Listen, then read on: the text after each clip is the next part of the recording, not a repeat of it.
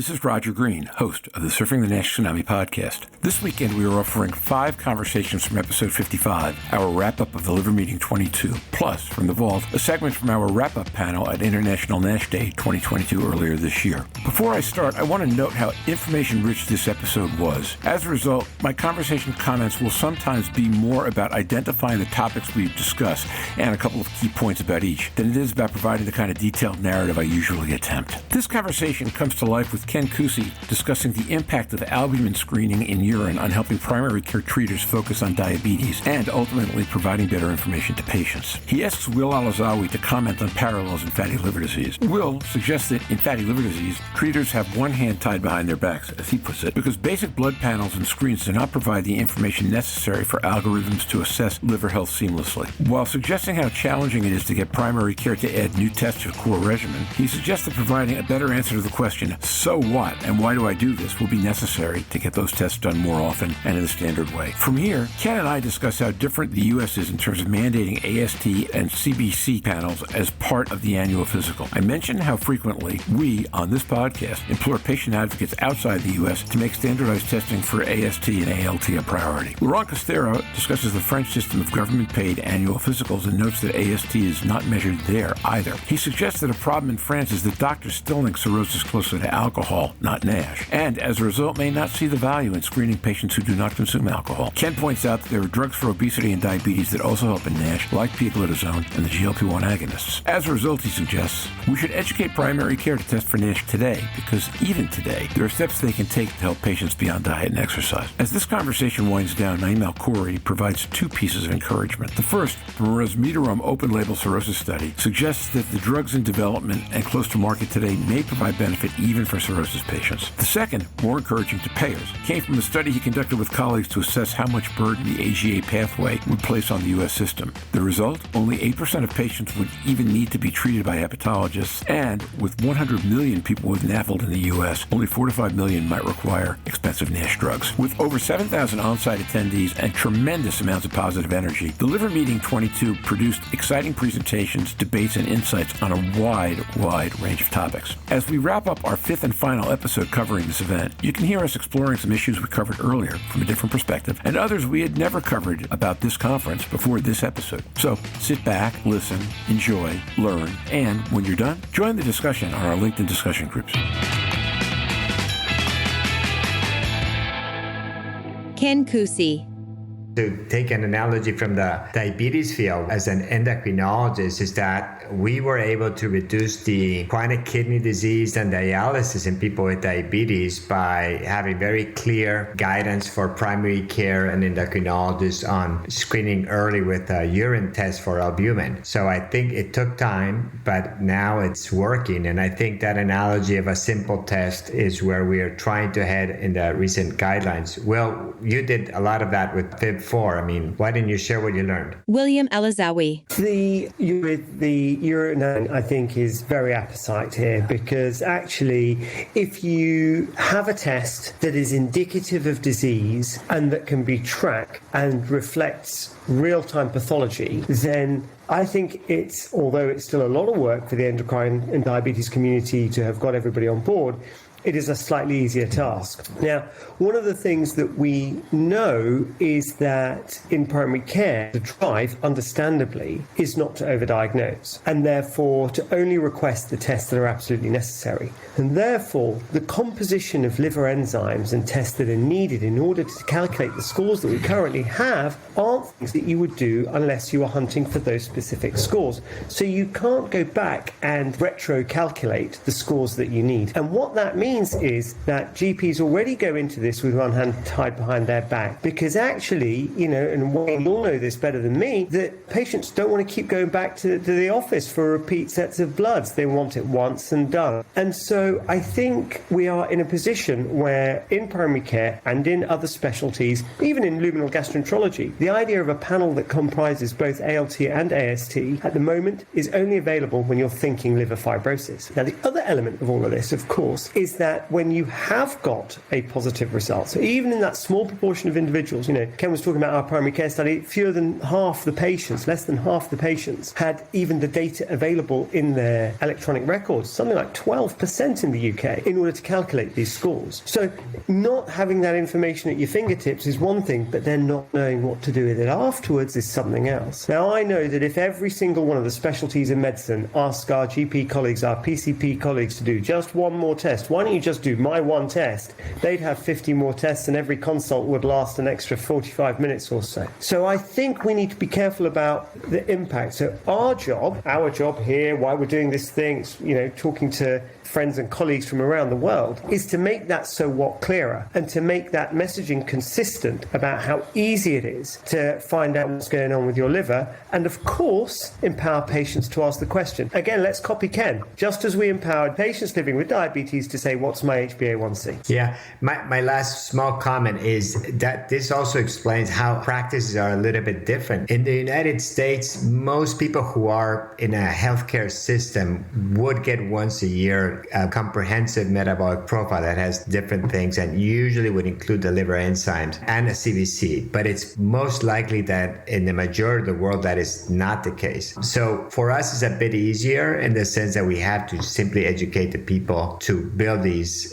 equations in their medical records. But Roger, we're not letting you talk here. But I think we've had this discussion with folks from a bunch of different countries, and the U.S. may be the only one where AST is standard, because it came up in the context of how hard would it be to get a FAST score. And part of it is you'd have to have a fiber scan, but the other part is AST is not standard anywhere, so you have to have reason to request it, except in the U.S. where, as you point out, it comes up on comprehensive blood work. In fact, one of the things that we've advocated on this podcast to our patient advocate friends outside the U.S. is that a key point of advocacy should be to press for AST to be standard for anybody with diabetes, because it just isn't the case right now. Laurent, do you get a standard AST in France, or do you have to specifically ask in the same sense that Will was describing? Laurent Castera. The current situation in France that we have this system called social security with free medical checkup. So it's a very well organized network all around France. There's been a large survey published now a couple of years ago regarding the prevalence of NAFLD in the population. And the downside of it, AST was not available in this cohort. It was based on 200,000 French people, and you could not calculate FIB4. So to approximate the prevalence of advanced fibrosis in the population, Ford's index was used, which is probably not the best test in this population because it includes cholesterol. So this is also an issue that I hope will be solved in the future. Actually, in these guidelines that were published last year in September in GEP, we really emphasize the need for including AST in the liver test. If I may add a little bit to the discussion we previously had regarding the lack of awareness of many doctors and patients as well in primary care. I mean, I'm sure everywhere it's the same. Most GP are over busy and liver is very low on their agenda. The reason is everyone knows alcohol can give liver disease, including cirrhosis, but very few know that obesity and diabetes also can lead to cirrhosis without any alcohol. And this is very important to educate, I think, the GPs. Another point is that in the absence of approved treatment, many GPs think that it's not worth screening for these patients. What I'm going to do? A reason is there is not clear pathway in place. And if you come first with a clear pathway, of course, we know this is FIB4 followed by VCTE. This, of course, is a different story. And I think for FIB4, you should use the MDRD model, alluding to what Ken mentioned before, raising the awareness of GP regarding CKD in diabetic patients. MDRD now is provided systematically in France by the lab, and we should use a very similar model, I think, for FIB4. And also, at the end of the day, even though a drug is not approved, still, if you're able to figure out the proportion of patients with advanced fibrosis, you're going to change the management. Because even in the absence of pharmacological treatment, you will start a surveillance program for these patients, including screening for HCC and portal hypertension. And this makes a huge difference because this is going to change the natural history of these patients. Primary care doctors are going to be more willing to treat diabetes and obesity,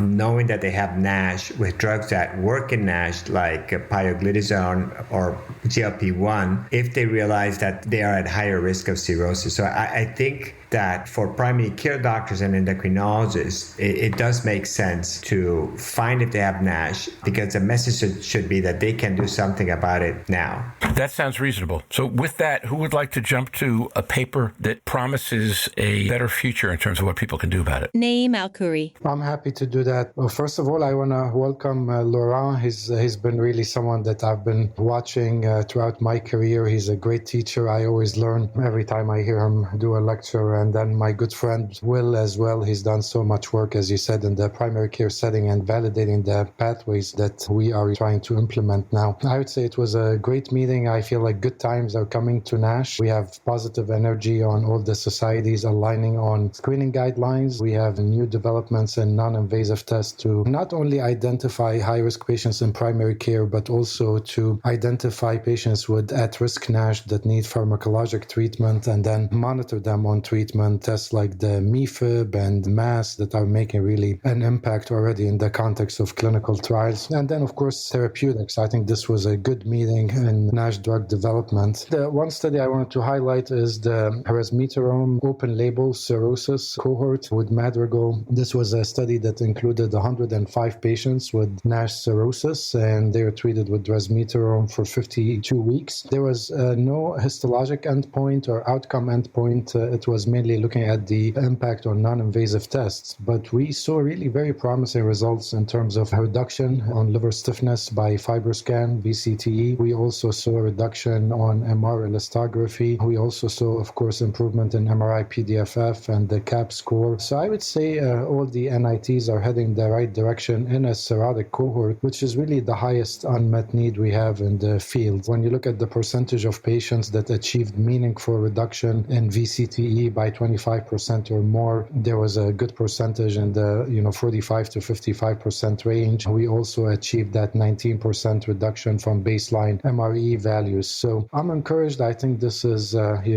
great news for our patients with NASH cirrhosis. Of course, there is the Maestro NASH cirrhosis trial that's ongoing that will randomize about 700 individuals to resmetirom versus placebo, treat them for 3 years and look for liver-related outcomes. This will really lead to hopefully FDA approval of NASH cirrhosis drugs if we can show actually that there is a difference in liver-related outcomes. Finally, I just want to say one thing about the screening pathways. We talked about the AGA pathway, the ACE pathway, and I like that they align on the cut points they use for FIB4 and transient elastography. And my sense is that the ASLD will also continue to align on these cut points. We did a study where we tried to evaluate the impact of implementing these pathways on a United States population level, where we started with patients with type 2 diabetes, metabolic syndrome, or elevated ALT, and then we implemented the FIB4, and if they had indeterminate values, we did a FibroScan. And we showed that by doing this, you only need to refer about 8% of individuals at risk for NAFLD to a hepatologist. So I hope that data provides reassurance to hepatology providers that we're not going to be overwhelmed with NAFLD patients, to insurance companies that when it comes to at-risk NASH, patients that need to be treated with expensive medicines, that this is relatively a smaller minority of patients. It's not the 95 million people with NAFLD, but rather maybe 4 to 5 million people with NASH and significant fibrosis. Conceptually, it is very interesting. I mean, although sometimes one will be impressed to think that there's such a local hypothyroidism that would lead to significant benefit, but the evidence is proving that there is a space for treatment and improvement in histology with these compounds. Everybody is waiting to see if it really is of the magnitude that would give enough approval. So I think it's just a time now to wait and see if the biology matches the hypothesis that everybody has been watching in these recent years. But there is a reasonable amount of relationship that can make this work. On the other hand, again, we want to be cautious considering that we've had some disappointments in the past. I just want to say one thing, as Ken alluded to, that there's maybe this hepatic hypothyroidism. I think, in the phase 2B study, in terms of histologic improvement with fibrosis, we didn't see a clear signal. So I wonder if this is just kind of improving that lipotoxicity environment in the liver and helping restore that thyroid balance at the liver level, where we actually just give the liver a chance to regenerate and improve itself and heal fibrosis. Maybe don't know if it's a direct effect of the drug or just improving the metabolic environment, but the fact that we saw clear reduction on MRE and on VCTE1, VCTE, that was actually important for me as a hepatologist. At least it's a signal. And now, back to Roger.